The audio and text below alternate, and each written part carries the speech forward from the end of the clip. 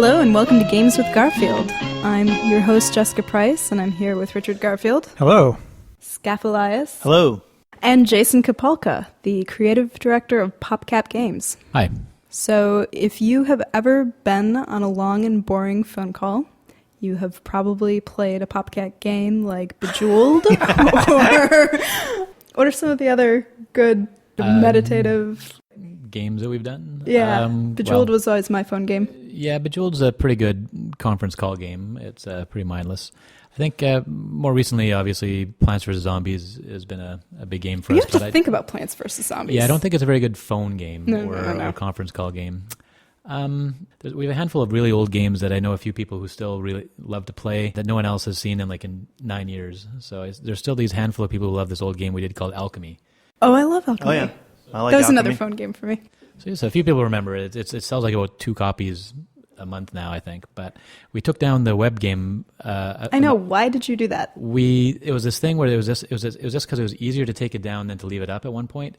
But there's an immediate reaction from all these people who wrote in saying, "It's like, why did you take down Alchemy?" And so I think they put it back up. I rely on those games to get me through phone meetings. So Alchemy was a pretty original game. What were its creative roots, so to speak? Like most games, it kind of came from other games. So okay. I guess I just didn't recognize the roots. It felt pretty different. I'd have to dig it up. There was actually some kind of game that it was directly descended from. It was kind of a crude game in which the basic rule set was still you're kind of putting down tiles and you had to match either the color or the shape. Uh-huh.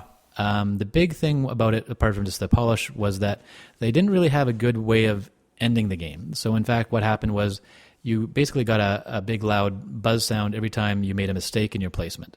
In that, if you put something down that was the wrong color or the wrong shape, it would go bah! And if you did that 3 times in a row, or 3 times, your game ended. And the problem with that was that it was really an annoying way to lose the game. It was kind of basically as if you're playing Bejeweled, and if you made a bad swap, you'd lose the game. Right.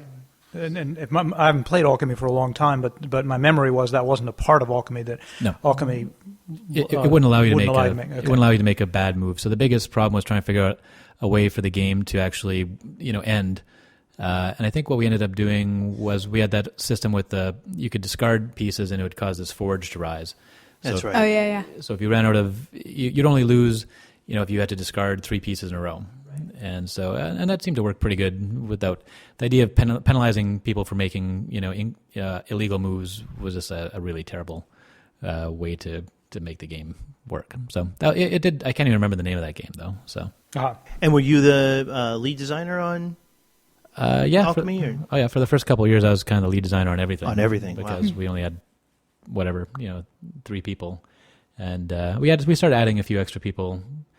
But I think until about 2002, we didn't really have an office or anything like that. It was just a bunch of guys working randomly out of basements. And at one point, Brian and John, the other 2 founders, I think we just finally gotten a bit of a check for Bejeweled, and they decided they're going to go to Argentina for 6 months to learn Spanish.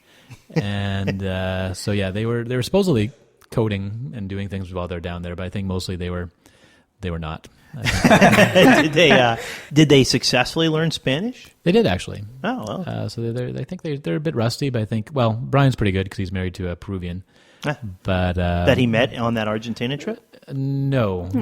He met her in Lake Union. Oh, well, like that. So a little less exciting. Yeah. But they did code one game. I think we did Big Money while they were in Buenos Aires.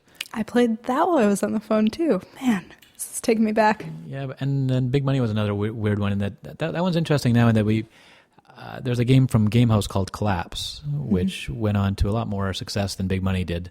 But it was interesting because that was another case where if you looked at them, both games seemed pretty similar, and it's because they both kind of were ripping off the same obscure Japanese web game, which I can't even remember the name of. But I think it was one of those ones where we both came up with the same game at about the same time, and you could see what they had done with Collapse and what we had done with Big Money.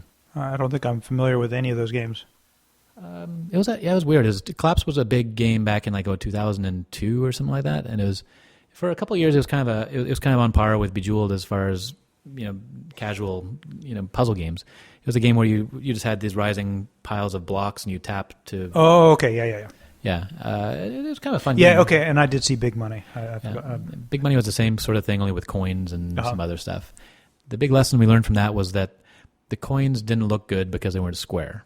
So they didn't look. They looked weird when they're all stacked up.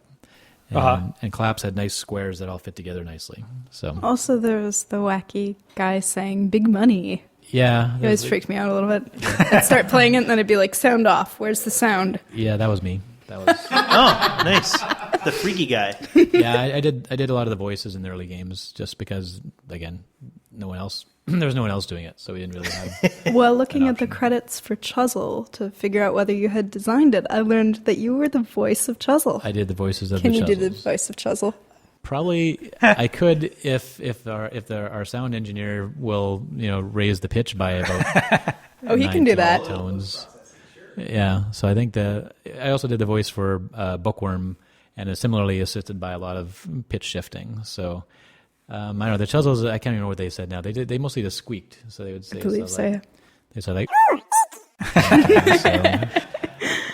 So really, just Alvin and the Chipmunks technology. Pretty much. That was the limit of our voice technology. So I think if I look back on the games, I think I did the voice for the first Bejeweled game, but not the later ones. And Bookworm, Big Money, Alchemy, Seven Seas, a couple other early ones. I like Seven Seas. Yeah. Seven Seas. You're the only one. I liked it too. And that one I can trace the origins of. The Daleks game was yeah. excellent, and I really like what you did with it. There was some really nice innovations on it. Yeah, it was one of our worst selling games ever. No. It's it was I like the game myself, but it was interesting to see that it was a near total failure commercially. Really? Which be sure to tune in for more Richard Garfield Rates Games podcasts. And what about the Mummy Maze one? Oh, yeah. also a near total commercial failure. Okay. See, that one you couldn't play while you were on the phone. That one you really can. Yeah. What about my favorite PopCap game, Heavy Weapon? Heavy Weapon was an interesting one. It was kind of not. The initial version was done for PC on the theory that we thought maybe we could try to find a way to get that casual PC crowd to play a shooter if it was made very simple and easy to play with a mouse. We couldn't. It didn't sell at all on the PC. This was also pre-Steam, so there was really the hardcore crowd wasn't really doing that. So it's kind of a failure on the PC. What happened a year or two later, though, was Xbox Live rolled around. And, we were looking around for some stuff to try there, and that seemed like maybe an interesting experiment. And as it turned out, that was the right audience. And it did pretty good on Xbox Live because, it was exactly the kind of game that was selling on Xbox Live. Your Geometry Wars, this sort of thing, these dual shooter, kind of simple arcade games. So it was a case of, waiting for the right audience to come along. The game didn't change that much. It was just... Yeah, I played both versions. I mean, it was a little different on the Xbox, but yeah, it was just we didn't predict that. Certainly, it was just fortunate for us that Xbox Live materialized. So it seems like PopCap's been trying to expand in a bunch of different directions from sort of those early sort of casual, repetitive, meditative games like Bejeweled. I've noticed that you seem to be introducing a bit more narrative into your games. Like, there's definitely a narrative. It's light, but Plants vs. Zombies, it's not just manipulating sort of abstract jewels or anything like that. And I noticed a bunch of hidden object games. I haven't played any of yours in particular, but they do have some narrative. We definitely have a bit of a debate internally about the whole, narrative versus gameplay stuff. We have a few supporters who want more story in games, and some people, like myself, who don't much care for it. So, Plants vs. Zombies was a weird one in that it actually, although it does kind of have a story, it actually has a lot less than it might have had at some point. Because there's a while where, there's a lot of discussion of like, should there be a story? Should there be an explanation of where did the zombies come from? Why are they attacking your house? Did they build it on a toxic waste site or an ancient Indian burial ground, or should there be a comic book style intro and all this sort of stuff? And and we talked about it, but George Fan, the designer, never put it in, and eventually people just sort of forgot about it and realized you don't really need a story. It's So I assume they were attacking because there was a brain in the house. Yeah, I think that's about the level. Yeah. I think you'll find a lot of sympathy with Skaff, who compares stories and games to a particularly unhappy narrative. My position at Microsoft is as a games editor and writer, so I tend to be... Well, somewhat, but what I was going to get at is... I'm not trying to take away anyone's job. I'm just trying to play fun games. Well, what I will get at is what I see a lot is actually an attempt, a lot of times by people who aren't writers, to tack on too much story. Like, to me, Plants vs. Zombies tells all the story it needs to. There are zombies attacking your house, you have to defend it. You don't really need a backstory. And I would say, we did actually put some effort into the writing for Plants vs. Zombies. It's just not really a narrative. I mean, right. There's the little dictionary thing where the almanac, where you get these little sort of snippets of text about all the zombies and plants and so forth. And we put a lot of effort into making those bits of text really cute and humorous. Funny, yeah. And there's a few things like the notes from the zombies and stuff that are also kind of we're done quite carefully. We didn't just sort of randomly have someone tack those on. I think the almanac stuff is kind of similar. We thought of it a bit as like flavor text on Magic cards, where you only have a very little amount of space to say something kind of amusing or entertaining about this plant or the zombie. So you really have to make that sentence kind of count. It would probably be easier to write 10 pages of, this boring backstory, but actually doing like one sentence that kind of captures whatever's funny or interesting about it is kind of harder. So it is hard to be brief. I always try to draw a distinction between world building and the characters and the narrative. I think narrative is a very difficult match with games, but Plants vs. Zombies is very rich in character and it's not just the flavor text, but when you see a particular plant, it has a little story there. It's the walnut, and you've got a little pun, and you see it, and it's tough, and it all fits together. That's not narrative, but that is, some people will confuse that with story. Yeah, it's a setting and character rather setting than and character instead of plot. Yeah, and we're definitely big fans of that. I mean, so we do try to make sure that. Some games start without that, obviously. Now, Plants vs. Zombies always had a lot of characters in it, but a game like Peggle was originally just a bunch of balls. It was just squares and balls, and didn't even have a real name. It was called, I think, Ball Blast. It didn't even really have a real name. Ball Blast. That's it was just called Ball Blast. That's very interesting. So why didn't Keep that it clean, stay? Do we have to bleep the title Ball Blast? No, Is that, or I just didn't want you reflecting on it at all. We had a lot of interesting discussions with the marketing group about some of our proposed marketing slogans. Actually, it wasn't for Peggle, but for Zuma, because our balls featured quite prominently in that again. And so there's a lot of things about there are a lot of slogans involving ball blasting, bust some balls, whatever. That boys and their balls. It's not as bad as some Axe commercials, but it's just descriptive. I mean, you're shooting balls and blowing up balls. It's kind of what else? No, just the facts. Yeah. What else are you going to refer to them? Spheres? I mean, it's kind of the sphere busting sequel returns. You can't really say that. So. No. But in some cases, the character and stuff definitely was a secondary concern. So Peggle was just balls and stuff. Okay, it was balls and pegs. Balls and pegs for quite a long time. That's so much better. Yeah. Well, I mean, the big thing on that was they were trying to figure out the mechanics, and they started with pachinko, and then started kind of morphing towards pinball. And they were kind of, nothing was really very satisfying. Pachinko as an electronic game really is not very good. It just doesn't have, it's just too random. And so, and Pachinko as a real game is random, but you kind of replace that with just the fun of all the noise and clacking and all that stuff. And the prizes. Right. The gambling. Yeah. That's always a driver. It's why virtual slot machines are a little bit lame, because it doesn't have the same stuff you have in real slot machines. So they fiddled around with a lot of different variants of pinball and pachinko and various iterations of the two until they finally found the one that kind of basically was Peggle, the one with, that you had to hit the 25 pegs and the rest were kind of optional. And then it took quite a while to figure out a theme. Originally, it was themed around Norse mythology, which doesn't seem to make a lot of sense. So, well, probably not for balls and pegs. No. Doesn't seem to make any less sense than the current flavor, which I love. But it is kind of like a little hallucinogenic.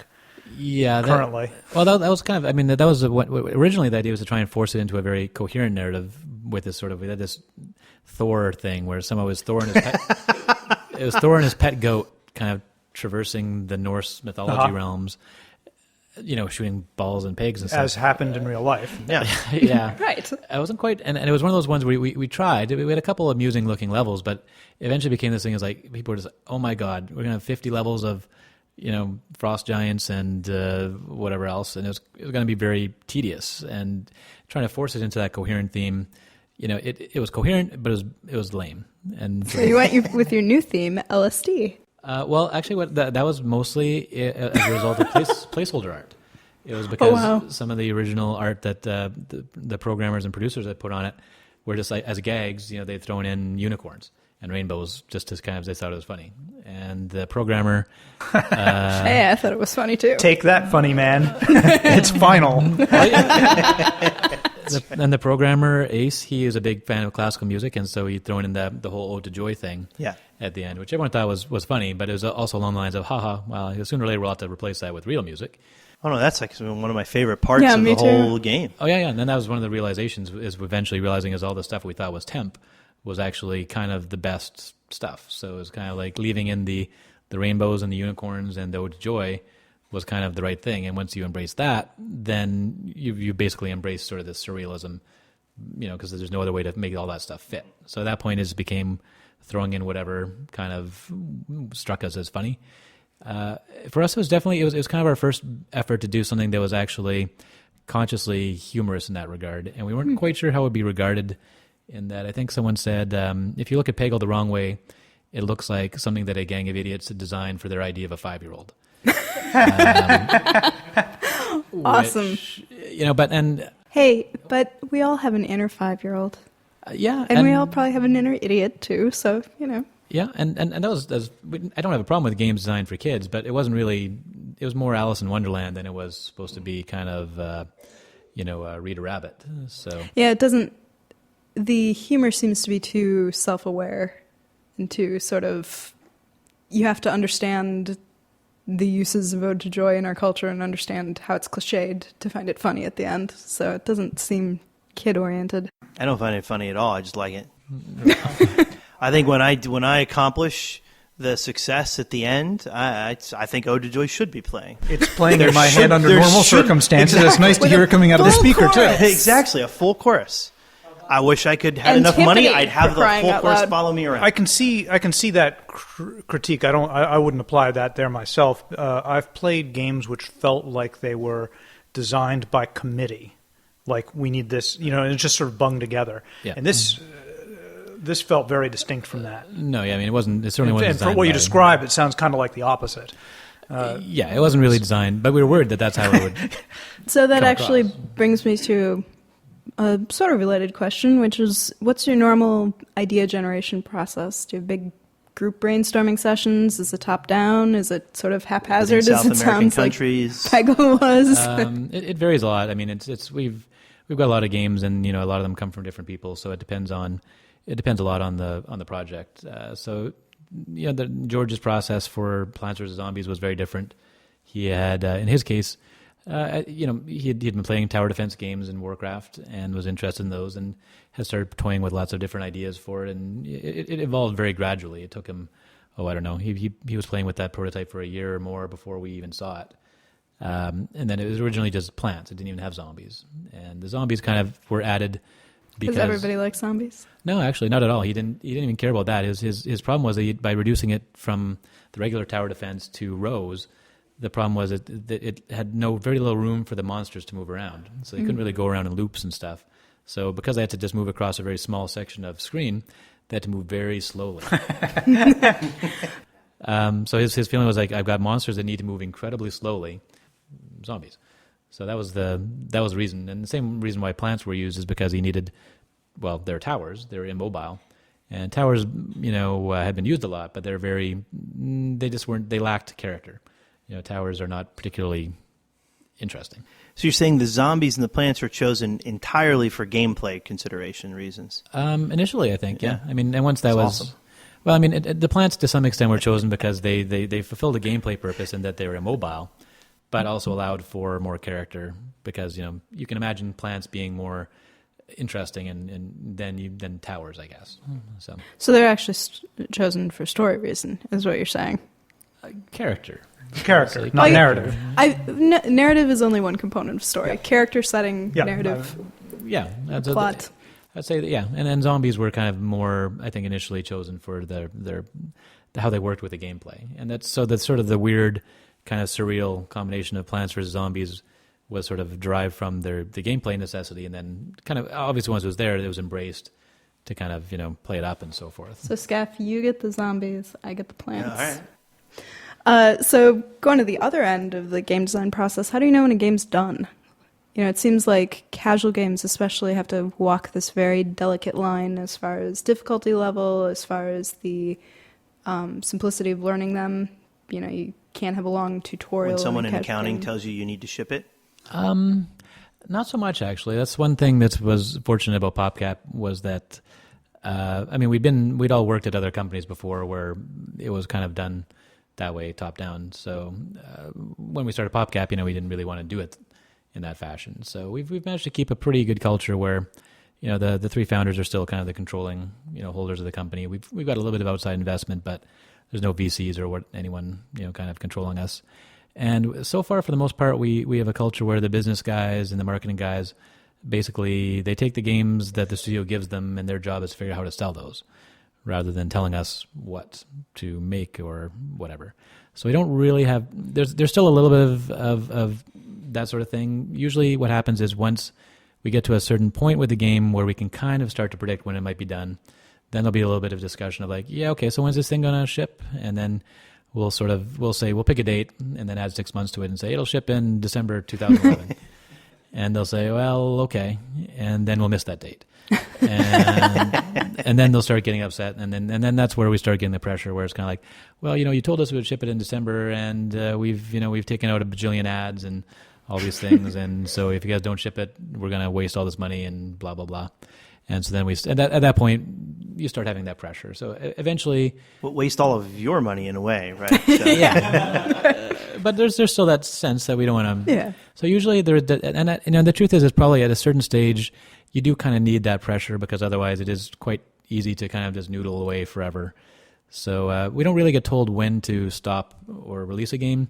It's usually more of a thing where we kind of agree on a date that we think is realistic, and then miss it and have to kind of start hurrying at that stage. So do you attribute the fact? You've had a lot of hits for. A lot of startups come out. Other have than like the two or one- three that Richard mentioned that he liked. Right. But 7 C's, yes. That was do a big you one. attribute that to the fact that you have what sounds like fairly harmonious and understanding relationship with your business people, or? I don't know. I'd hope that's. We like to think that our process is a little bit closer to companies like Blizzard or Pixar, where we're not really just putting stuff out based on commercial demands or what people are, the idea of people are buying this, we should make more of that, and that hopefully that means that we're taking our time to make stuff that that we enjoy, and that leads to other people also enjoying them. So how do you get into the headspace of your customers? Like, how do you? I'm assuming most of the people at the company are probably fairly techie, fairly computer literate. Like, how do you, like, my mother likes Bejeweled. How do you get into the headspace of somebody who's not particularly technical? And well, we don't really try that hard. No. We did at various points do things like test games on my mom. So that's a story that we'd say, if my mom could play the game, anybody can play the game, which is probably true. And in some ways that is useful, but on the other hand, she's not really a very good critic. She's not particularly articulate about what she does or doesn't like, and so forth. So it can be a useful thing to run games past people like that to sort of get some feedback. But on the other hand, most of our games are not made specifically for that audience. They're generally made for the people in the company, in the sense that if we enjoy them, we hope that other people will also enjoy them. So generally, we make them for ourselves. Now, the point where it gets a little bit different is a lot of the people in the company are pretty techy, and they play a lot of hardcore games. So, that's not necessarily going to be the kind of game that works as a PopCap title. So I guess where we make a conscious decision would be that we make the game we want to play, and then figure if we like this game, why wouldn't everybody else like this game? And the reasons are usually, because there's a 4-hour learning curve. or, it's got exploding heads. And so then we kind of start going through and figuring out what are these unnecessary parts that make the game less fun or less accessible. And we try to streamline all those and take them out whenever we can. It actually kind of surprises me to hear that most of you are, fairly hardcore gamers, because I know when I've been working with designers who are hardcore gamers who are trying to design for a more casual market or younger market, older market, whatever, they tend to want to say things like, go into the dashboard to equip your new gear. And I tend to be like, I'm not sure if that works for, non-gamers, but Popcap games, it never seems like there are any language problems, it's... Well, a lot of it did come from hardcore spaces, but a lot of the people have also, been through, we were originally in web gaming and stuff on places like Pogo.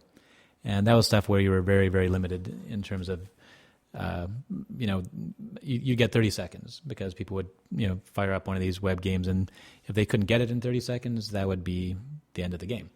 So you're kind of forced by that to kind of develop stuff very differently than you would if you're developing for, a PC or a console where, especially back in the old days, the idea is if you bought the thing, you spend $50 on it. And you kind of assume no matter how crappy the learning experience was, people are going to give it an hour or two to kind of figure things out. Yeah. That's changing a bit these days. There's a lot of things now where that's not, you can't assume that necessarily. There's a lot of things now like demos and try before you buy and free to play and so forth, where those kinds of things are not necessarily as true. But like 10 years ago or whatever, that's kind of how most games were. And people kind of just accepted that there'd be a learning curve because you would put the time in.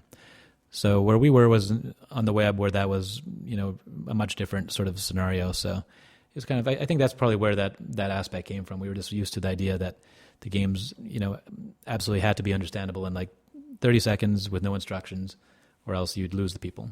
So I think that's a useful discipline to have when you're doing a game. If you can make a complex tower defense game that is also immediately understandable by somebody, then I think that's the ideal. I think that most games that are appealing to people, are appealing because they've got some really interesting basic concept to them, and that all the stuff like that complicates it is often things that can be simplified, they can be introduced gradually. They shouldn't be preventing people from playing the game. So I guess that's our goal, is to try to bring games that we like to people who might not think they like those games. So we keep working on things like RPGs.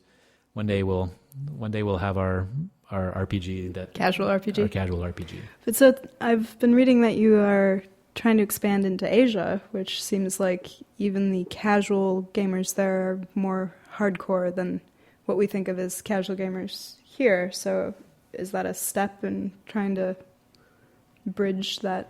It's interesting. The Asia's been changing a lot. I remember when we first had some meetings over in Korea. I went over there and we've been told we're going to have this meeting with, I think it was NCSoft. And said, they're really interested in casual games, so this will be great. And we went to this meeting and there were a bunch of NCSoft guys there, and they brought up this display and they said, okay, we're going to show you this casual game we're working on. And giant robots came out and started shooting rockets to each other. And this screen of statistics came up. And we said, oh. And they said, this is our casual game. In Korea, that was a casual game. It was casual because it was casual compared to Lineage 2 or something like this, and that it could be played in only an hour or two. Wow, only an hour or two. Yeah. So that was at that time. That was kind of the idea of casual. That's changed a lot over the last few years, because then shortly after that they started having games like Kart Rider, which was basically Mario Kart with kind of an item buy model stuck onto it. And then even in China, which up until a few years ago was dominated by, again, big MMOs, started to have basically what the equivalent of Facebook games, social games on networks that aren't Facebook but are very, very similar, and probably, if they're in the U.S., would be getting sued for a copyright violation, but functionally the same. And there's starting to be a lot of popular games over there, and some people can even trace the root of Farmville type games back to some Chinese farming games. So at this point, that used to be super hardcore. Now, if you go over to China and see what games people are playing there, a lot of them are going to be playing the same kind of games they are over here. These actually very simple games. So do you think the rise of the phone as a gaming platform has influenced that?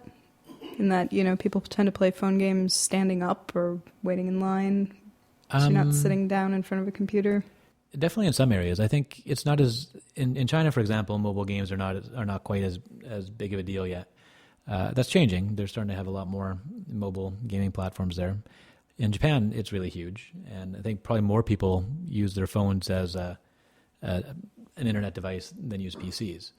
And so mobile gaming over in Japan is already enormous. The numbers of people who are playing are not as big as they are in North America, but there's some really weird stats. Japanese mobile gamers spend huge amounts of money on kind of Mafia Wars type games, but they'll spend ridiculous amounts of cash, like hundreds of dollars a month, on virtual items in these kinds of mobile games.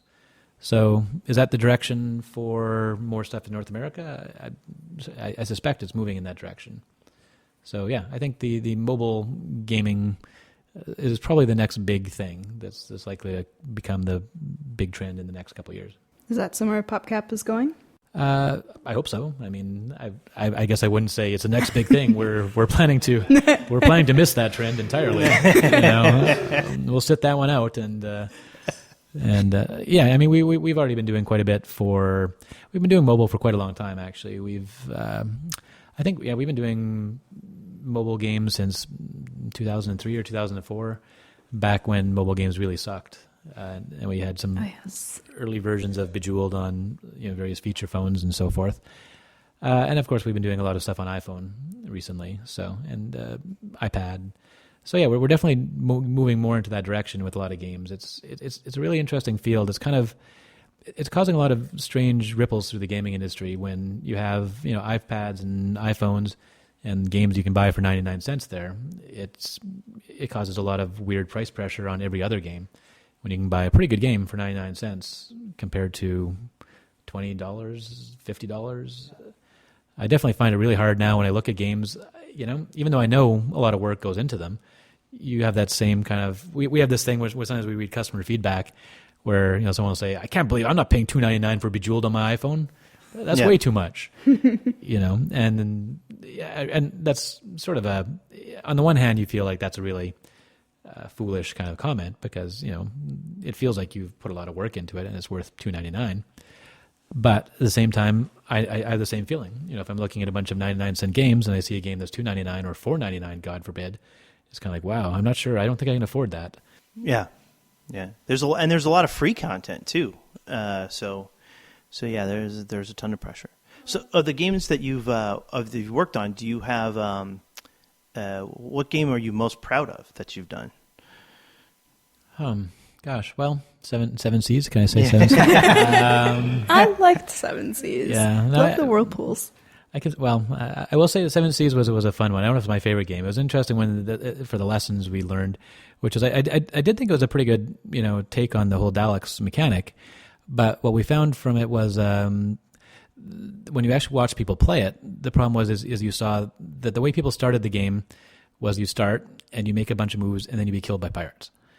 And then you'd play again and you make a couple moves and be killed by pirates.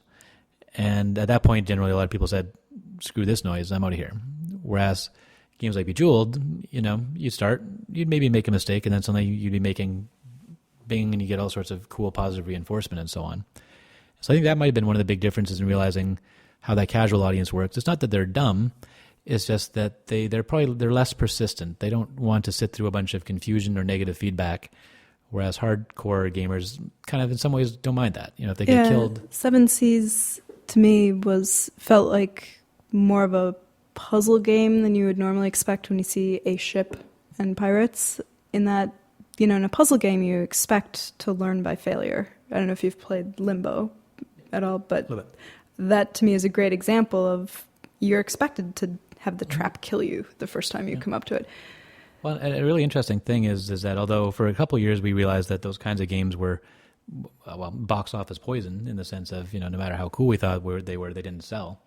And but interestingly now on the iPhone, if you look at some of the top games there, you've got Angry Birds and Cut the Rope And essentially, those are logic-based puzzle games. There's a bit of extra kind of character and whatever, but they're games you play a level over and over again to kind of figure out the right solution. So it's kind of interesting that maybe, I'm not sure what's changed, but somehow. Do you think it has to do with they have a more playful aesthetic than? Oh, it certainly helps. I mean, there was, for example, Angry Birds is a really cool game, but there's been a bunch of other games of similar nature. There's a game called Crush the Castle and so forth. But you know what? Probably more people liked shooting birds at pigs than liked hucking rocks at medieval soldiers. Mm-hmm. So yeah, I mean, I think their approach and style helps a lot. But it's still interesting that they're able to dress up, kind of what is a fairly challenging logic game in such a way that these huge numbers of very casual iPhone players are.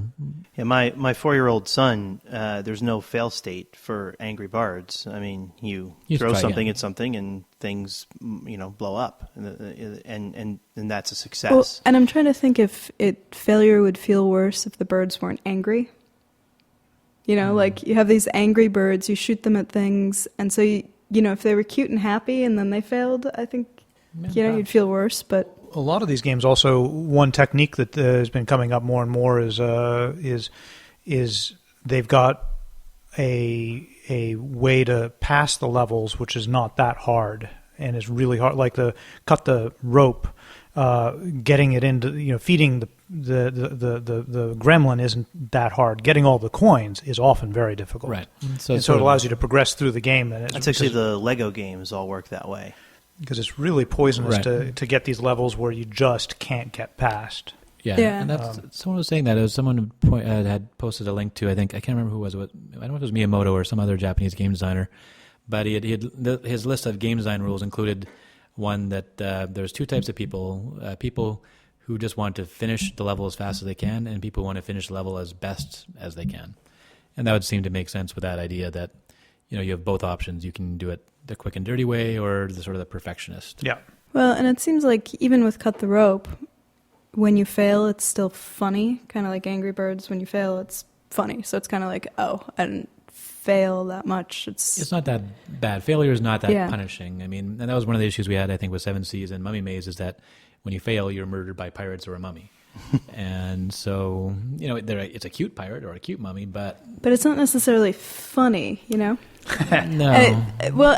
It's weird. Like when we were talking, I was at a thing with the SRB where they were talking about game ratings, and one of the things you can't have even behind an age gate as an advertisement for your M-rated game is exploding body parts. And I asked, is there a humor exception? And the SRB lady went, well, yeah, there's a humor exception. So it seems like you can get away with stuff if there's humor that would.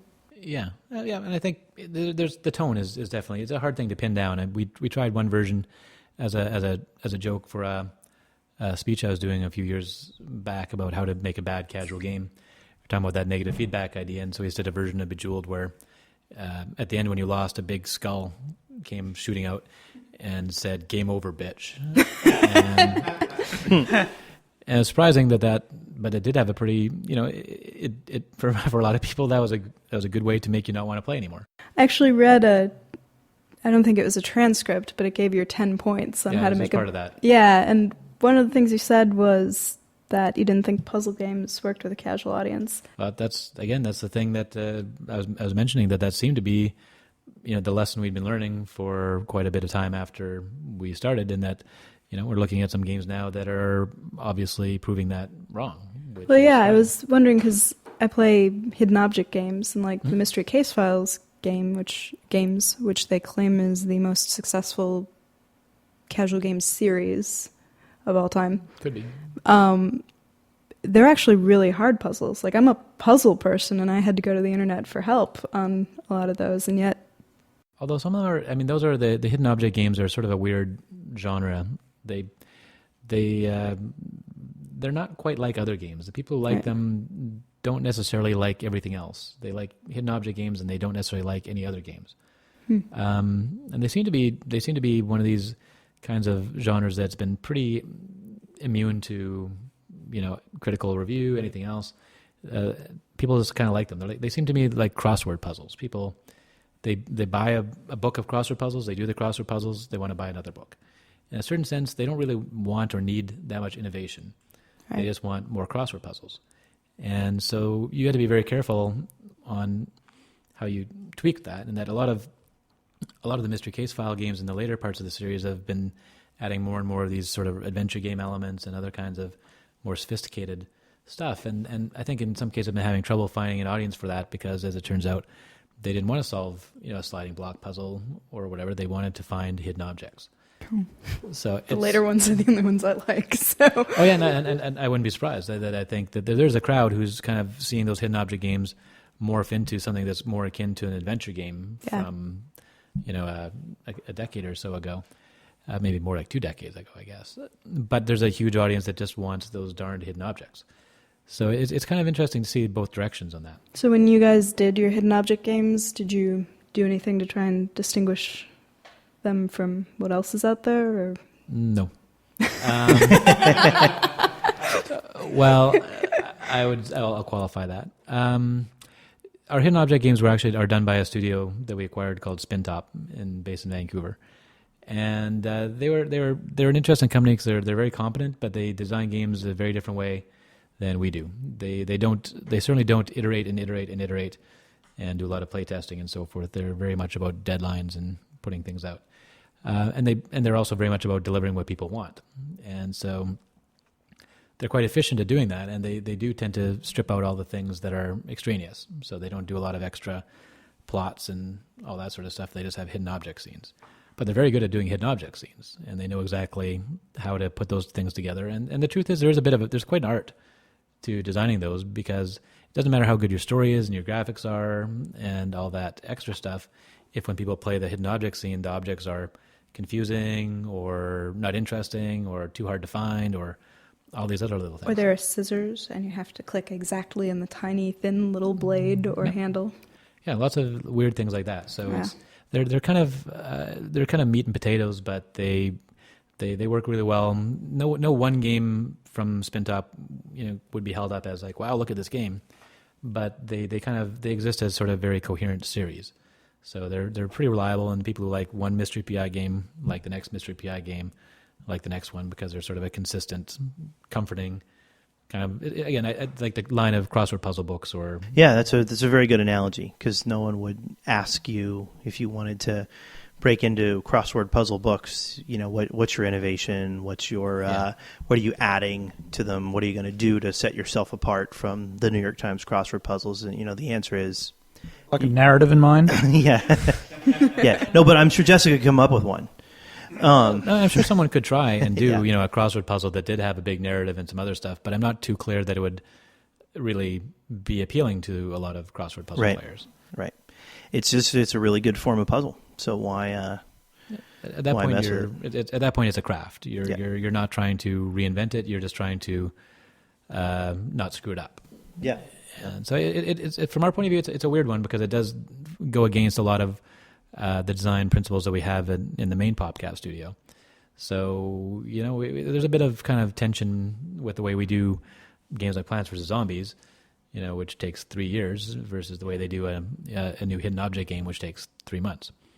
So, they coexist well, and they share the same audience, but they're made in very different ways.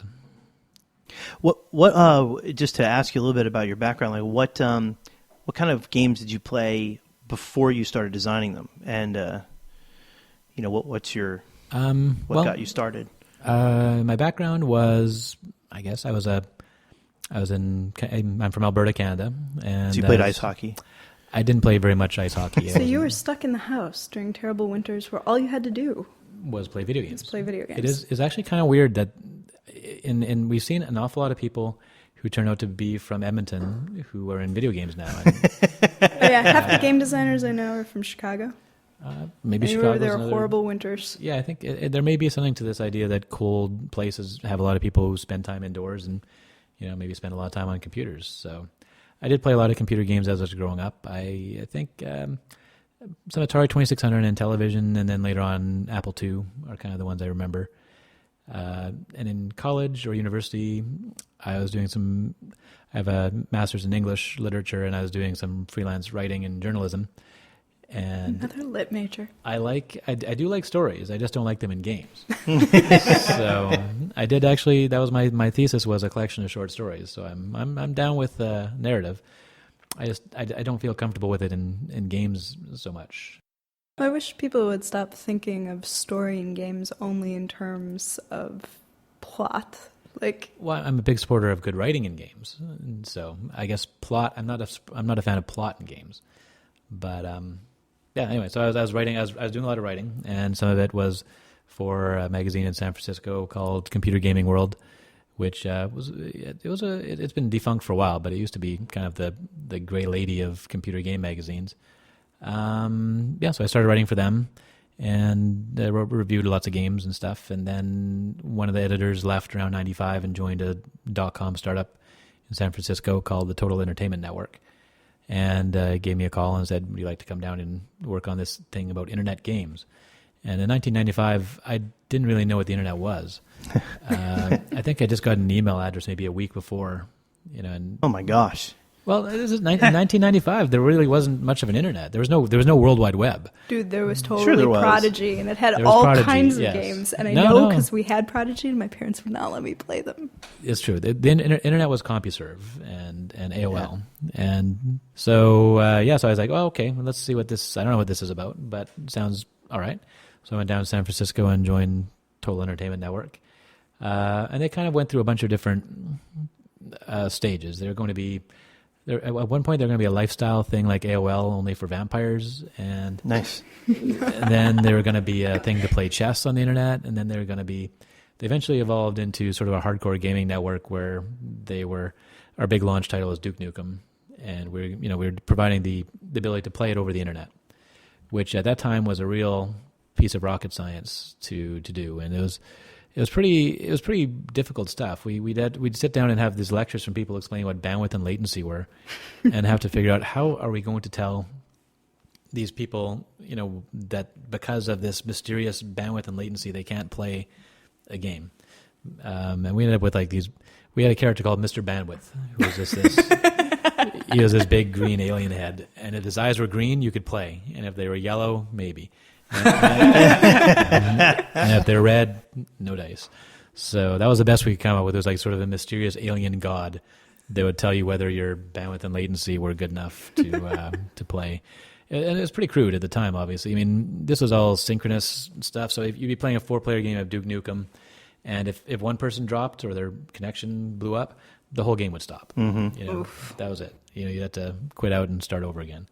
So things like that. And yet, at the same time, it was a ton of fun. It was kind of the first, kind of online deathmatch kind of experience. Yeah. It was also the first time we realized it was interesting. That was the point where most people I know, they kind of were evolving between playing games with a keyboard and then in Duke Nukem, and then especially in Quake, right after that, it went to the standard mouse and keyboard configuration. But it wasn't always like that. And so it's interesting now when you think about people learning games, people who haven't grown up with that, again, you put, a random computer user in front of a first-person shooter and say, well, it's obvious, WASD and mouse. It's not obvious. It's something that people kind of have to learn. And so, games that just drop you into that kind of thing without giving you kind of some time to figure it out are going to be lost. So. Yeah. What non-computer games did you play, or do you play, or were there none? I played a lot of role-playing games. I played a lot of Dungeons and Dragons and other kind of board games and RPGs from, RuneQuest to Paranoia, Call of Cthulhu, kind of GURPS, the whole sort of standard. GURPS. It's a big role player. Kind of, yeah. I mean, I don't know. We weren't that hardcore about it. We play sort of very pick-up sessions rather than giant. So what you're saying is, we played RPGs, we knew what GURPS were, but we weren't really nerds. Yeah. We're pretty nerdy. Still pretty nerdy, I think. Not, I guess, nerd cred. Yes, I'm going to say, knowing what GURPS is, I'm not sure you can say that you're not a nerd at all. Not a hardcore role player. No, it is. I'm not sure where. Looking around Richard Garfield's basement, I can't say. I can't say that my board game collection is going to rank on that, but yeah. So a lot of that, a lot of kind of board games and war games. Nothing super. I kind of drew the line at the Avalon Hill stuff. I wasn't really not too fond of the kind of the 3-day. Oh no, it's like Sixth Fleet or Squad Leader and those sorts of things. Some of the fantasy ones. I liked Divine Right and some other kind of lighter ones and so forth. Some of the actually, I was interested. You have the I say Wiz War up there. Yeah. The Tom Jolly game. Yeah. That's an excellent game. Yeah, which actually I remember that was one of the first games I worked on at 10 when they started doing original online games. Oh, really? I worked on an adaptation of Wiz War for online play. It was okay. It was okay. It was interesting trying to adapt the board game rules to the computer thing where you have to wait for turns and all that sort of stuff. But, it was an interesting game. It was a thing that you've probably seen, Richard, and sometimes rules that are really easy to perform when you're sitting around a table with someone, when they have to be performed by a computer, become extraordinarily difficult. Yeah, no, that's well-trod territory here. Yeah. We spent a lot of time trying to get Magic adapted to computer, and it's a real challenge. There's a lot of stuff which is... It's still not... I mean, the actual Magic is still not the most fun thing to play if you haven't played paper-based Magic yet. No, it really shows that it wasn't designed for computer. They've done, I think, an excellent job considering the challenge, but a casual player would not recognize what a monumentous challenge. Yeah, and it's stuff monumental challenge that is. And it's things again. It's the stuff that it's second nature for someone who's sitting at a table. That just turns into this enormous challenge when you're dealing with networks and computers and that sort of thing. So that was a lesson doing Wiz War, of you want to be very careful. So I've been very leery after working on Wiz War and then a bunch of other stuff at Total Entertainment Network, which eventually became Pogo.com, translating various board games and so on. I think Backgammon and Bridge and some other ones. Just that stuff that works well around a table can often just become this enormous chore. And it's really easy to convert a really fun board game in person into a really terrible online experience. So yeah, every version of Civilization basically that's tried to be multiplayer has reminded me. Yeah. Well, and it doesn't go the other way either. I tried playing the board game version of Civilization once and was like, I want my computer back. There were like 1 billion pieces to it, and the setup took like 2 hours. And I try to steer clear of that just because it seems like it's, again, as you pointed out, it's one of these things that it can be done, but it's this titanic effort, which often feels like, again, you put a lot of effort into doing something that it doesn't necessarily pay off very well. And there could be reasons to do it. And obviously in the case of that, Magic, there's some good reasons because we've got a huge fan base and so forth. But in general, if you're designing Magic today and it was designed for a computer system, you do things differently. Yeah, we've given a lot a lot of thought. Yeah, and of course, not every game is as difficult. Like obviously, chess and backgammon are not as difficult as Magic and Wiz War. There's a lot of things about some designs which make it less adaptable to computer. Although one thing that we do see a lot, I saw a lot of on Pogo, and we still see occasionally is really odd, and it's just inherent to the nature. Whenever you have random things in a game, people assume you're cheating, that the computer is cheating somehow, even though it doesn't make any sense. We'd have backgammon games on Pogo, and people would swear up and down that we were cheating. Even though it's kind of cheating for who? Cheating how? Who would we... There's two guys playing. It doesn't even have to be random. The Mac chess thing, I swear, suddenly it had like 6 queens on like its second move. See, computers cheat. See, They're just preparing for their inevitable takeover. Well, I think you're right, though. I think that's the reason why people think this is because they know that there's no way they can tell if the computer is cheating. It can do all sorts of crazy things because you don't actually see those dice rolling. You don't really see those cards being drawn, so people are suspicious. This is why that's why the Cylons and Skynet strike first. They're not really striking first. They never know until it's too late. They know what's coming. It's no. It's not that they do cheat. It's that they know no matter what they do, we'll think they're cheating. So they've got to kill us first. Well, I think that was it. Sid Meier had a thing where he's talking about Civilization, where, the combat is structured as, a basic sort of die rolling mechanic, right? If you had a strength of 5 and the other guy had a strength of 4, you'd win whatever, something like 60% of the time or something like that. And it made sense, from a straight board gaming kind of mechanic. But when they played it, everyone swore up and down the computer was cheating because they didn't win often enough. And so what they did is they faked it so that you actually, basically they gave the player extra, better odds. So you'd win more often, and suddenly they felt it was fair. So it was pure, kind of psychology rather than anyone who actually analyzed it would realize it, but it's just they didn't believe it. Well, it's actually an interesting quirk in human psychology that depressed people actually have a better sense of their own capabilities and their own likelihood of winning random things like dice tosses than mentally healthy people. So there's that inflation going on where we are, for some reason, programmed to think that chance will favor us more than it actually does.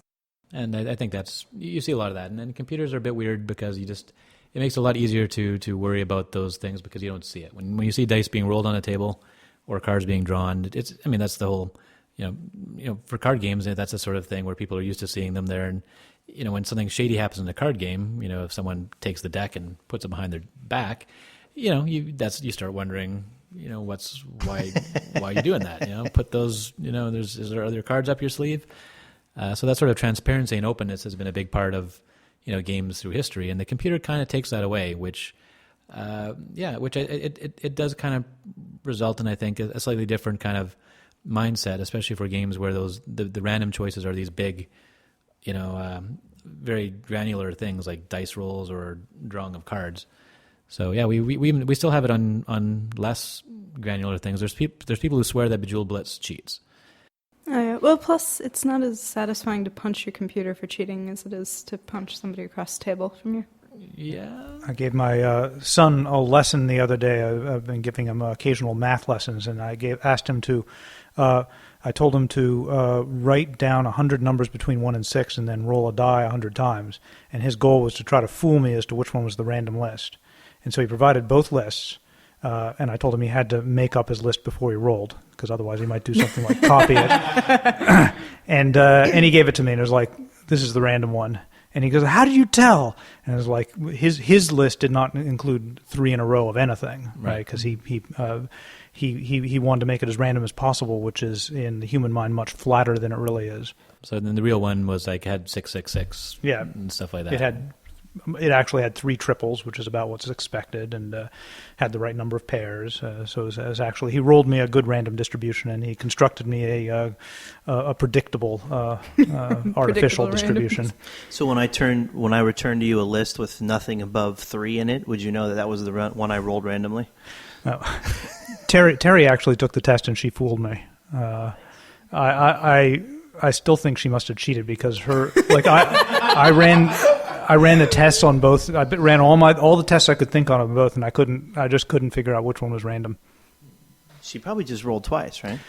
She was instructed not to, so she might have cheated. I'm going to assume, just like your customers assume. Look at this, you lose, and you're like, she must have cheated. No. It's because he knows Terry. Oh. Computers don't cheat, people cheat. I think is the moral of that story. Well, except for the Mac with the chess game. Yeah. It's cheating. I do feel weird. I mean, when I do play Civilization, for example, my general preferred skill level is the level at which the AI, just before it starts cheating heavily. So it's supposedly cranked up to full, and as intelligent as it gets. But once it starts getting to the point where it's not getting it smarter, they're just giving it more stuff. Yeah. Then I don't feel that I understand why they're doing it, but once I know that that's how it's competing with me, it's no longer that interesting. Well, I mean, it's hard to make an AI actually smarter, right? It's much easier to just give it better dice rolls.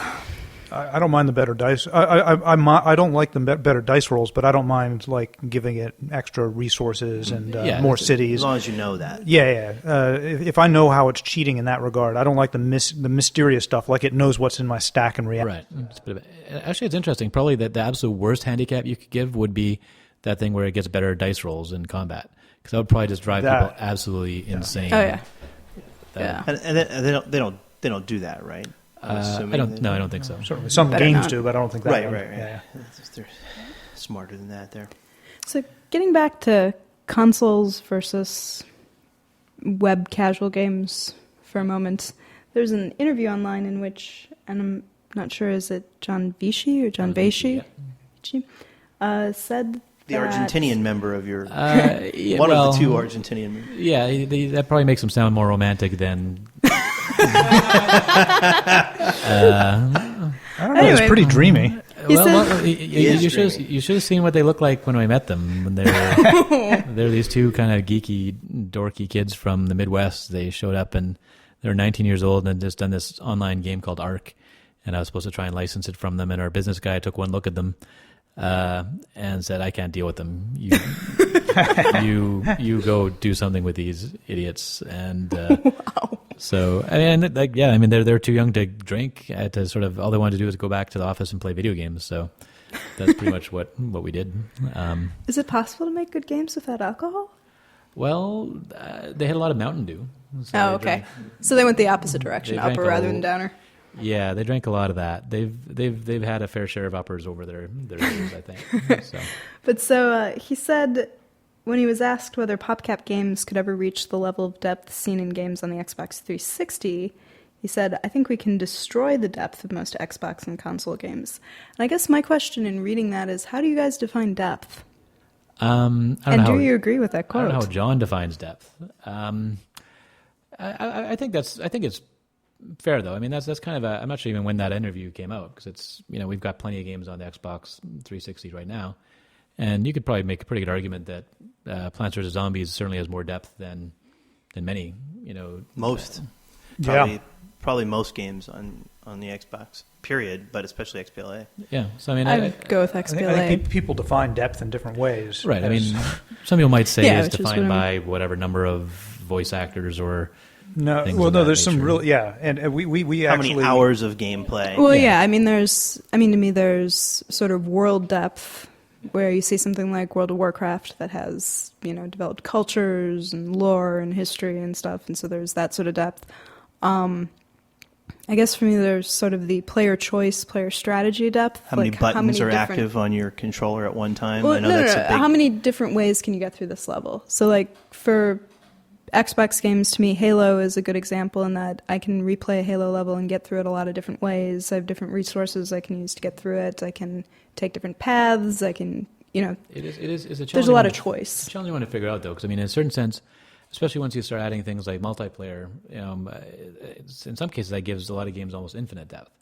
It doesn't matter, it doesn't even have to be that good of a game. I mean, if you have a fairly, stupid multiplayer shooter, but a bunch of interesting people to play it with, that's potentially a game with a great deal of replayability, versus a really excellent single player game that it lasts 8 hours and then you can't play again. So would some sort of B grade multiplayer shooter does that have more depth than something like Portal? Portal is pretty much you can't really play it that much. It's kind of a one time thing, but it's a really awesome game. Is it a deep game? I don't know. I'd say Portal, I mean, again, it gets back to how many different types of depth there are. I think Portal had depth in that it made you think in ways that you were not used to thinking in a typical video game space. But yeah, replayability-wise, Right. yeah. So in some ways, it's unclear if depth is necessarily always even what you really need in a game. I mean, it used to be the big thing, right? It used to be that if you're going to spend $60 on a game, it's kind of they put that number of hours in the box, and it was like 100 plus hours, and that was kind of like, oh, all right, this is going to be worth it. And nowadays, a lot of games have 6 or 8 hours of nominal sort of play in them, and people are okay with that as long as those 6 or 8 hours are actually interesting. A lot of those 100-hour games, that was a lot of repetitive, dungeon grinding and filling out graph paper with pictures of, hallways. So, in that, it was the game that made you kind of go back and forth over a bunch of dungeon hallways. Is that really depth? Or just finished another hour. It only cost me 50 cents, but but it wasn't very much fun. So then, is it accurate to say you're defining depth as sort of player choice as far as strategy and as far as I think there is such a thing replayability. as depth in a game, and you can replayability would I guess probably the primary kind of consideration for that. I would guess. I'm just not sure that it's always what people want, or that it necessarily defines a good game. In that, I think a game like Dragon Age, and then you look at Portal. Dragon Age is enormous amounts of depth. I have no idea how many times you could replay it and find new things in it. But it's kind of, I'm not sure that I'd say it's a better game than Portal. It's a bigger game, but in the same way that a movie that's 4 hours long isn't necessarily better than a movie that's 90 minutes long. I think there's kind of this. In fact, as you say, it's pretty hard to be. I would say that a game to be better than I would say that a 4-hour movie to be better. 4-hour movie is almost automatically worse than a 90-minute. Right, but there's still this sort of weird feeling in games to a certain extent that the sheer volume makes it better, and that people want, the more hours you get out of it, the better that is, even if those hours are grinding, pain in the ass, repetitive stuff. So I think that's changed a little bit, and games like Portal were a big part of that. And everyone's like, "This is a short game, but so what? It's awesome." So when you say that PopCap games can blow your average 360 game Well, no, out remember, of the he water, didn't say that. are you- I didn't say that. sorry. When you're what was he? John PopCap Beach. founder. The dreamy It says that. Do you think he's defining depth as replayability? I think in that case, that's probably correct. Although it comes in different ways. I mean, I think Plants vs Zombies, for example, is arguably deep and replayable compared to a lot of games on Xbox. But weirdly, you could also argue that Bejeweled Blitz or Bejeweled are also. Could you call them deep? It's hard. That's a little weird. I stumble a little bit at calling them deep. They're definitely replayable. Right. In a sense, though, they have that replayability without necessarily being deep. So, but is that a problem? I mean, in a game like Tetris or whatever, that's fairly infinitely replayable. Is it especially, deep? I'm sure someone could argue there's a lot of advanced strategies for it, but there's not really a ton of extra content or new things you find. So I'm not sure that I think you can go in both directions. You can go in so increasingly elaborate kinds of replayability through new mechanics and so on. And I think Plants vs Zombies on our side is a good example of that. But I also think that the kind of the elemental simplicity of a game like Bejeweled is also, I'm perfectly fine with that. I'm perfectly happy with being replayable without being deep. Oh yeah, I think there's good room for all of them. Sometimes you want to explore a world, and sometimes you want to do something more meditative. And Yeah. So I don't really know what John was talking about because he talks out of his ass a lot. So he could have been he could have said anything there. So the podcast is public, so he might hear this. that's all right. He said some things about me, I think, recently. Yeah. So this is just revenge. Well, yeah, one advantage that you have is if he starts listening to the podcast, he probably won't get more than 10 minutes into it, right? Yeah, he doesn't really have a very good attention span. No. So we had a lot of issues with that. Do you want to cut anything out of this part and put it at the beginning so we will hear it? Maybe put it on a Twitter feed. oh, excellent! and you'll catch it. So we could talk about the time where, well, no, never mind. I won't tell any more. I won't tell any more John stories yet. So, what other games are you playing now that aren't? Well, first of all, are you playing PopCap games right now that are already released, or have you played those so much through development that you no longer start up? Mostly I'm playing games that we're working on right now. So that's at this point it's including some. I'm still playing Bejeweled Blitz because we're working on that, and Zuma Blitz, which we're hopefully about to release, and some other ones that we kind of are earlier on. Non-PopCap stuff. What am I playing? I was playing Civ 5 for a while, which is an interesting one. I don't know. It was very strange. I started it and I was impressed by a lot of the streamlining, and then I started feeling weird because I felt like they'd almost streamlined too much. It started feeling kind of strange that I just felt like, okay, what do I do now? All right, end turn. I'm not sure how I feel about it. There's a lot of really cool things in it, but I'm still a bit uncomfortable with some of the real kind of simplification of some areas, and I'm not sure if that's just me being kind of like an old school Civilization fan who can't bear the kind of removal of all this, Crustodon, feature set. What did you think of Civ Revolution? I didn't play all the iterations of that. I played kind of the one that was on the iPad or iPhone. And I got to admit, I did not like that very much. There's something about it that just it felt like kind of what it was, which was a Civilization version for the console. Something about it just felt kind of off. I wish the version for the iPad, for example, just had been a little bit more like full-featured Civ, because it feels like the interface there could really support a fairly complex strategy. It probably game. could, yeah. But it felt more like something that had been dumbed down quite a lot, and I don't know. It just didn't work for me. I thought it was a noble effort, but somehow it just didn't quite seem to. It didn't have that Civ feel. I certainly didn't. Even though I complained a bit about Civ 5, it still sucked up many hours. Whereas I was not tempted by Civ Revolution. Civilization and its clones like Alpha Centauri amaze me in that each time I get it, I'm like, this is the same game with a different skin, and yet I still end up. Oh yeah. I think throwing away if I all was this going to time on nominate my choice for like best computer game of all time, it would easily be Civilization. So I should point out that I love Civ Revolution. I really enjoyed it. It worked for me. And I've been hesitant to move in. I'm going to play Civ 5 eventually because I play all the Civs. But I've been dragging my feet because I'm worried that that going back to sort of something closer to a full-featured game is going to leave me with a bad taste.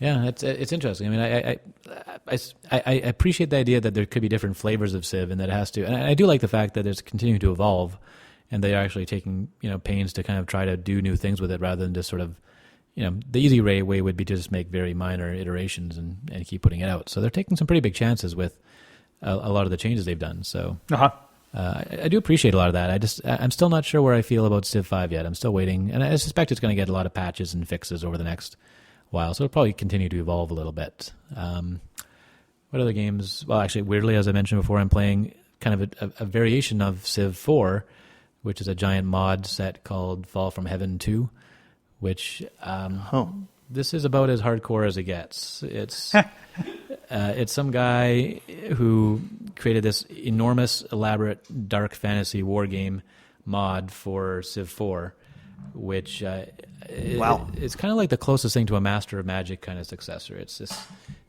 extremely complex and initially incredibly daunting, even to get set up and then to try and understand what the hell is actually happening in it. But yeah, we have this epic multiplayer game going with about half dozen people at PopCap, where we take about 4 turns per day. And you're playing multiplayer? Yes. Oh God, that sounds almost like the end of our Pathfinder game.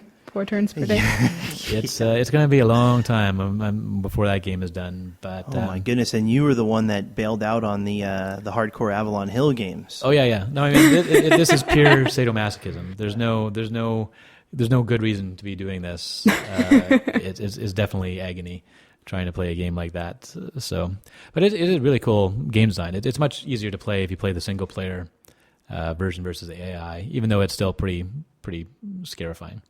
And of course, I'm trying to play Fallout New Vegas. Although I'm a little scared by the bug reports, so I'm kind of hoping that it kind of gets patched up before I actually get a chance to really dive into it. So I think those are the big ones I've been trying lately. The odd social game, just to sort of keep up with what's going on in that department, which is... That's probably as painful as... There are social. There are definitely some pretty bad social games out there. It's not really a big shocker. Everything by Zynga. I would say that I would say that people who say bad things about Zynga haven't played a lot of games from some of the other companies out there. Yeah. And be careful what you say, because Zynga might be buying Microsoft soon, so you'll be working for them. I think at that point I'd have to go back to startup land. I do hope that social games, that they are starting to evolve in a lot of ways. It's interesting if you look at where they are now versus even a year ago. Certain things have gotten a lot better. They production values are better, and there's more interesting gameplay in a lot of them than there was maybe a year ago. There's still a lot of kind of there's a lot of game design that could be, I guess, characterized as kind of creepy. I was going to say cynical, but yeah I think... there's a lot of that, and that's kind of, I don't know. So there's still some interesting games that are being done out there, but I'm kind of wondering if there'll be a sort of a collapse at some stage of, will the cynical kind of market, metric driven stuff kind of collapse under its own weight and lead to a new rebirth of interesting stuff. It might, and casinos might start ripping out their slot machines too. Mm-hmm. Well, yeah, that is. I admit that's. I think it's probably a bit naive to think that the Facebook games are going to suddenly turn into this enormously kind of wonderful area, but humane.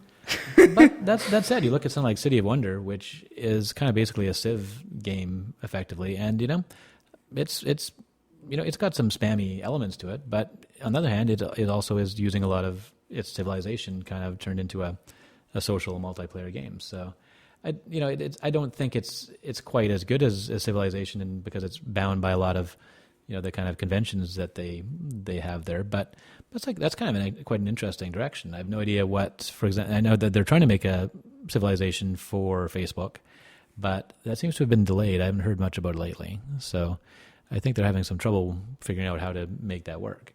So I think there's starting to be more ambitious kinds of designs that are kind of out there. So I'm hopeful for it. There's definitely some weird things out there, but it's not a total. I'm sure gameplay will continue to take over more territory. I wouldn't be too hopeful that the creepiness will go away. No, it's true. I mean, and in some ways, it's just the gears are more obvious. I mean, all games are an industry. And so, most companies are building games or doing it because they make money from it. It's just that some of the social games, you can see the gears grinding a little bit more obviously. Well, I guess for me, the problem with the Facebook games I'd played was that they were addictive without necessarily being fun. And I think that, those gears that you're talking about, the ability to addict a player are definitely there in almost all types of games. It just seems like with most of them, the fun quotient is higher. It's kind of it'll be an interesting comparison to something like WoW, which is usually also brought up as a game that's very addictive to the point of some people being worried that it's dangerous for people. But on the other hand, I mean, there's definitely a very clear sense at Blizzard that they're making games that are meant to be fun. I mean, there's certainly addictive stuff there, but you certainly don't get the sense it's designed by a committee or a bunch of computers spitting out metrics somewhere. They were building something that they play and enjoy. So I think, certainly I think that sort of that kind of joy or creativity still shines through in something like that. So I don't think there's any reason they can't work in Facebook games as well. Yeah, I just hope I hope. And I think, as you're saying, there are some Facebook game designers that are moving in a more positive direction, and that what I worry about is because the games that are sort of addictive without being that much fun are successful, that, other designers look at it and go, well, it works, and don't go, what could we do that's better that also works, rather than like, what can we do that will work as well as that? Well, it's definitely an evolving ecosystem, although things at Facebook is changing all the time, and a lot of the stuff that was abusive was kind of as a result of a lot of loopholes and flaws in Facebook, and those are being closed. I mean, Facebook, if one thing is clear, they're aware that their users don't like spam and these other annoying things, and so I'm pretty confident that Facebook is going to consider their overall ecosystem to be more important than whether some social game guys can kind of efficiently, exploit their users. Because frankly, for them, that's a much bigger picture. They're not going to risk, giving someone like Google a leg up on, catching up to them by filling their service with spam and garbage. That's kind of how MySpace, kind of lost traction to Facebook in the first place, because everyone had a MySpace page, and it was a noisy, cluttered thing. It was like they went, what sucked about web design in 1999? Let's bring it all back. Yeah, well, they didn't even need to actually do it. They just had to let people do it to themselves. So it's the same thing with Facebook. I think if they let people do it, it won't matter why it happened. People just go into Facebook and say, "Wow, this is full of crap." All my stuff is garbage. I don't care about your lost cow or your energy pack or whatever it is. It annoys me, and if there was another alternative, I might think about that. And I don't think Facebook wants people to be thinking like that. So I think they're going to continue to take pains to make the experience better for people overall. And so I think as that goes on, you'll see the games ecosystem get better because it'll be, games that aren't abusing the viral channels and so forth. And, there's still going to be people out there who want to spend $40 on a virtual cow. But, that's okay. If that's what gets some people excited about gaming, I don't have a problem with that. I think it's mostly some of the stuff that's abusive in terms of spam that have been really kind of the problem. If there's people out there who like building farms, I don't think that threatens the rest of the game playing community. So do you have any new games coming out you want to tell us about? Anywhere you want our listeners to go? Anything you want to show them? Zuma Blitz, for sure, Okay. is coming out, I hope, in the next week or two. Oh, okay. Sort of And limited. people can find that at popcap.com? Or in your usual Facebook spot, since Yeah. it's kind of a Facebook game. But it's a good one. It's not going to suck. It's Excellent. Bejeweled 3 is coming out, I think, early December. And so that's going to be pretty cool. Wow, that's exciting. That is very Yeah, exciting. although it's coming out on the exact same day as Cataclysm for WoW. Oh, So that's going to be an interesting. I hope May that not they be the don't- biggest overlap between those two I audiences. don't know. Yeah, I hope they don't lose a lot of their customers. I'd be pretty sad if we sucked away a lot of their attention from them. So it's not a huge overlap, and also it's not like Bejeweled is not really. It's not like we're gonna put it out and sell all our copies in the first 2 weeks, and then it goes into the bargain bin, or at least I hope not. But yeah, Bejeweled 2 it's still on shelves after 6 years. So we're kind of expecting to be kind of a long tail product. So awesome. Thanks so much for joining us tonight, Jason. And Did you have one more question? oh, yes. I almost forgot my traditional podcast question. Pirates or ninjas? And no, you can't do pirate ninjas or ninja pirates. no, that's a pretty easy one. I'm going to say pirates. Yes! When are we getting that scoreboard up? It's pretty clear. Awesome. All right. Well, thanks so much for coming tonight and talking to us about Popcap and your gaming background. Well, thanks. It's been cool. So I think it's my first podcast. So. Well, you did a great job. All right. So I'm your host, Jessica Price, saying good night, along with Richard Garfield, Good night. Skaff Elias, Good night. and Jason Kapalka. Good night.